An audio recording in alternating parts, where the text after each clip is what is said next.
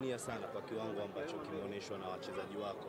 Umecheza na Giants ambaye anafanya vizuri sana ligi kuu.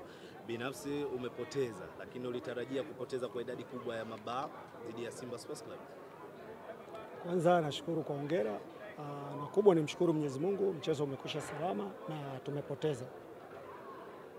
Mimi kama kocha Temoi napongeza vijana wangu kwa kile walichokionyesha, lakini makosa mawili ya kipindi cha kwanza dakika ya 17 na 19 ya set pieces yametugharimu. Kwa hiyo mimi nazidi kuwapongeza vijana wangu na naamini tumepoteza mchezo wa leo, so mwisho sisi tunajipanga kwa mchezo wetu wa championship. Wachezaji wako wanapopata nafasi ya kukutana na hizi timu kubwa, binafsi huwa unawaambia nini kabla mchezo? Leo imetokea ni Simba Sports Club katika mashindano ya CRDB.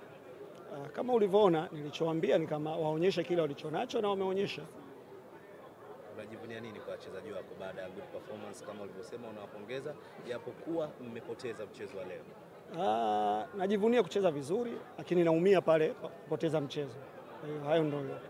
Umeionja ladha ya Simba Sports Club. Matamanio yako pengine TMA kuifikisha ligi kuu ili kuipata ladha kamili kwa timu mbalimbali. Wewe kama kocha sasa tuambie hatua zako za mafanikio ziko vipi? Mafanikio yetu ni kwenye championship, kama tuko kwenye nafasi ya 5. Kwa hiyo na tunakimbizana bado kwenye resi ya kupanda ligi kuu moja kwa moja, na ukiangalia pale kwenye table sisi tuna pointi 41. Kwa hiyo hatuko mbali na wenzetu wanne ambaye wako juu yetu. Kwa hiyo naamini kama tutachanga karata zetu za mwisho kwenye mechi 8 zilizobaki, huenda mwakani tukaja kupata testi nyingine zaidi ya leo. Inawezekana? Of course, yeah, why not? Asante sana. Shukrani sana. Coach, asante. Nashukuru.